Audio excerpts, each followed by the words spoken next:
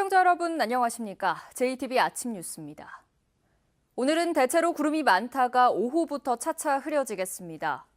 현재 기온은 전주 18.4도, 익산 16.6도로 어제 같은 시각보다 조금 높습니다. 한낮에는 기온이 큰 폭으로 올라 전주와 익산 25도, 군산은 24도가 예상됩니다. 내일부터 모레까지는 5에서 최고 20mm의 비가 예보돼 있습니다. 이후 추석 연휴에는 비 소식 없이 대체로 맑은 날씨가 예상됩니다. 다만 아침 기온이 15도 안팎으로 뚝 떨어지면서 한층 쌀쌀해지겠습니다. 지난 4월 판문점 회담에 이어 남북 정상의 세 번째 만남이 어제 평양에서 이루어졌습니다. 도민들은 두 정상의 만남을 반기며 한반도 평화로 이어지길 바라는 기대감을 내비쳤습니다. 주혜인 기자입니다. 전용기에서 내린 문재인 대통령을 김정은 위원장이 환한 미소로 맞이합니다.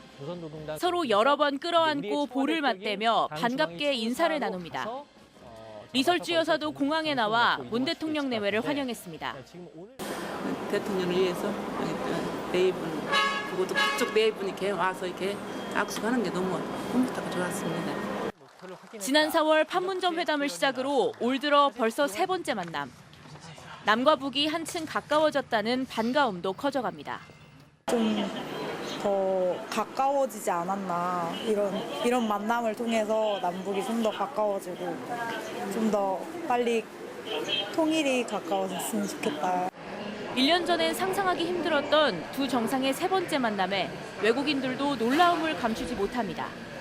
제가 지난 해는요, 단방 전쟁이 난다고 생각해서 우리는 막 중국 먼저 들어가려고 했어요. 그런데 이런 날이 이렇게 빨리 오니까 참 기쁘네요.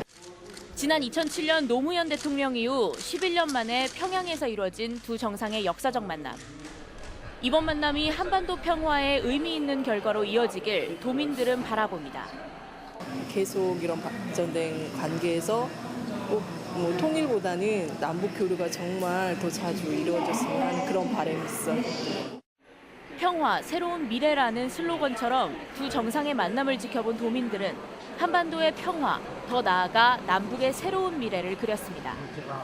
JTB 뉴스 주혜인입니다. 국민연금 기금운용본부가 전주로 옮겨와 기금 운용이 제대로 운영되지 않는다는 일부 언론 보도에 반발이 커지고 있는데요. 현직 증권사 임원들은 전주 이전을 탓하는 건 어불성설이라고 지적합니다. 권대성 기자입니다. 국민연금 기금의 수익률이 부진한지 논란은 제쳐두더라도 서울의 일부 언론은 기금운용본부가 전주로 옮겨 수익률이 부진한 것처럼 몰아가고 있습니다. 국내에서 한 손가락 안에 드는 증권사의 한 임원은 엉뚱한 분석이라고 말합니다. 공교롭게도 자산시장의 수익률이 안 나오는 시기에 그쪽으로 가버렸기 때문에 그런 거지 전주 가서 수익률 떨어지는 인과관계가 없지. 서울에 있는 멀쩡한 기금본부를 전주에 옮겨 해외 투자가들이 발길을 돌리게 했다는 보도도 외국계 증권사의 임원은 어불성설이라고 말합니다. 실제로 이 증권사의 국제투자 담당자가 한국에 오면 국민연금과 우정사업본부가 있는 전주와 세종시는 반드시 들른다고 설명합니다. 절대 빼먹지 않고 가는 기관이 딱 두 군데라고. 그냥 하루 날 잡아서 전주하고 세종시만 들려. 그 어떤 글로벌 투자자든 회사든 국민연금을 만나기 위해서 전주를 내려가지 않는다? 그건 어불성설이라고. 지역의 반발도 이어지고 있습니다. 전주 상공회의소는 전북 금융산업 육성의 근간인 기금본부 전주 이전을 문제 삼는 건 지역 균형 발전을 가로막으려는 행태라고 주장했습니다.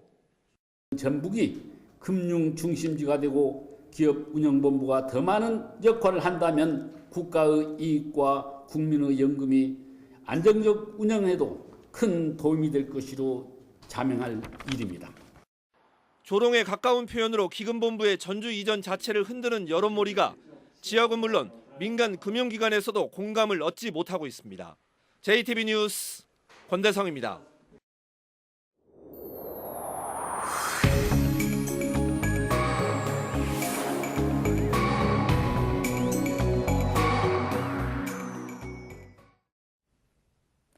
전주에는 전국에서 가장 많은 공예 분야의 무형문화재가 활동하고 있는데요. 그 힘을 바탕으로 한 전통 수공예는 전주 한옥마을의 자생력이 될 수 있습니다.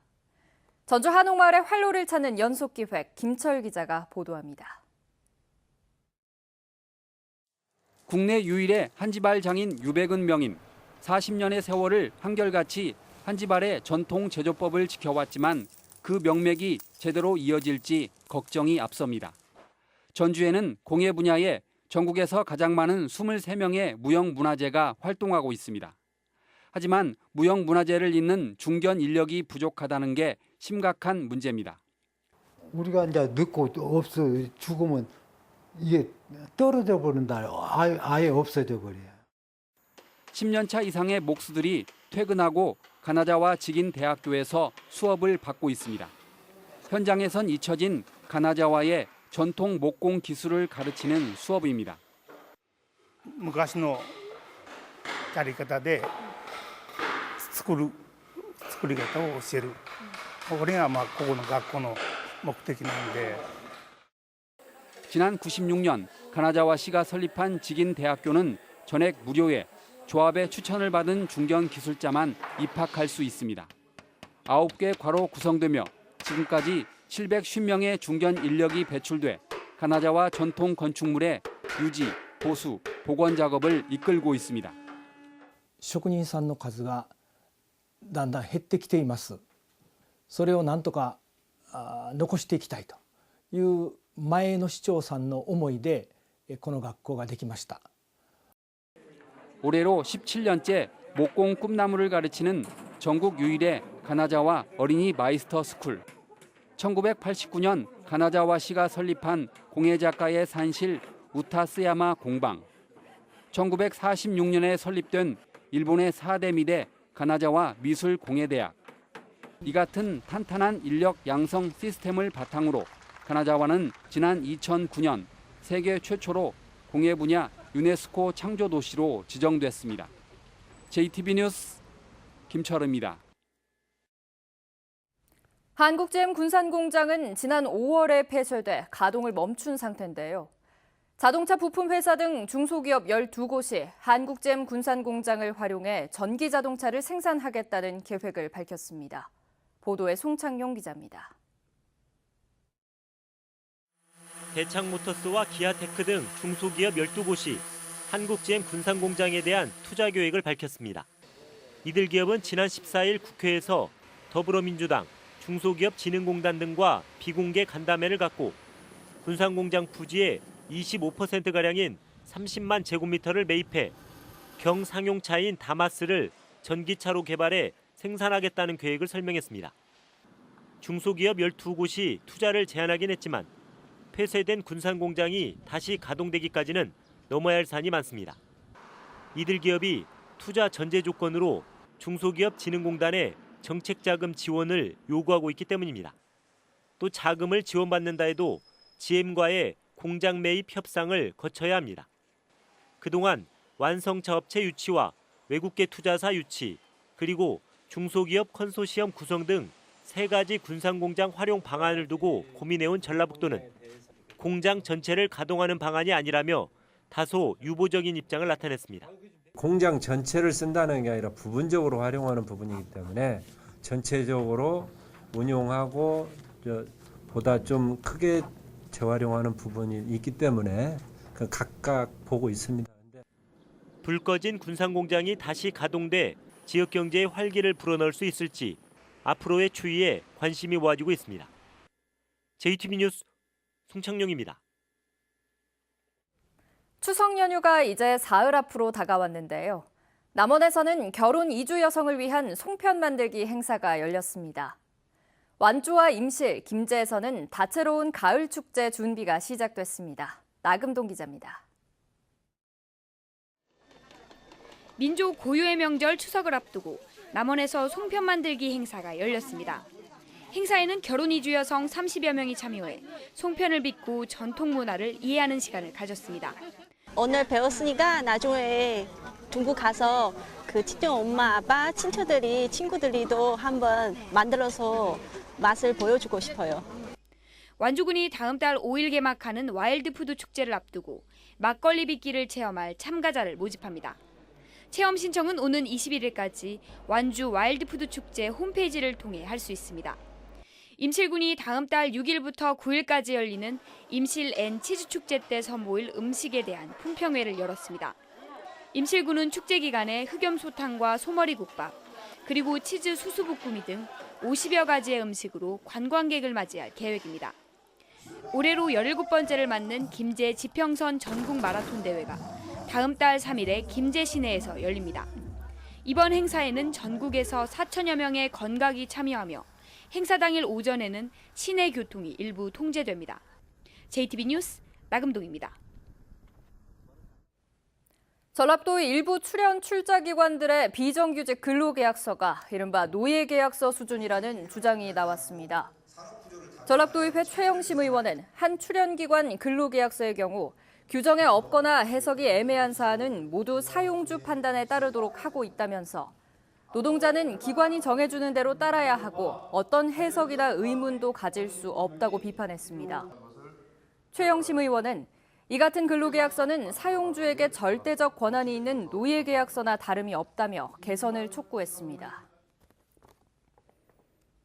비수도권 14개 시도지사와 지역 대표국 회의원 14명으로 구성된 지역균형발전협의체가 국가균형발전 차원에서 예비타당성 제도를 개선할 것을 정부에 건의했습니다.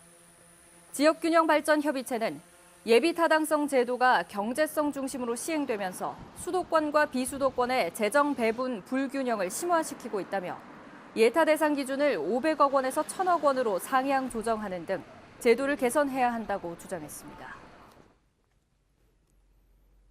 전라도가 이달에 처음 지급하는 아동수당을 애초 지급일인 25일이 추석 연휴인 점을 고려해 오는 21일에 앞당겨 지급합니다. 전북의 지급 대상은 6만 8,354명입니다.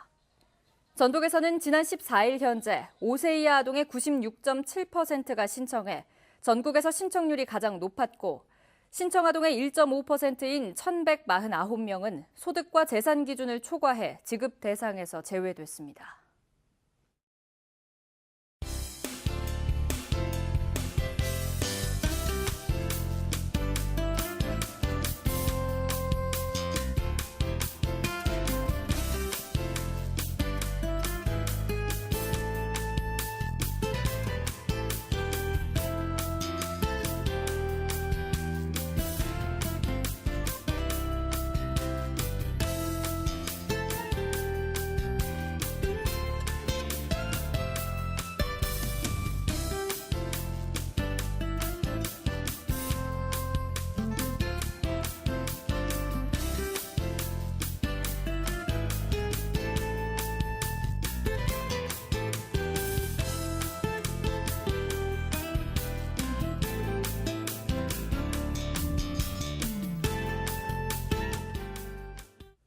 JTB 아침 뉴스를 마칩니다. 함께해 주신 여러분 고맙습니다.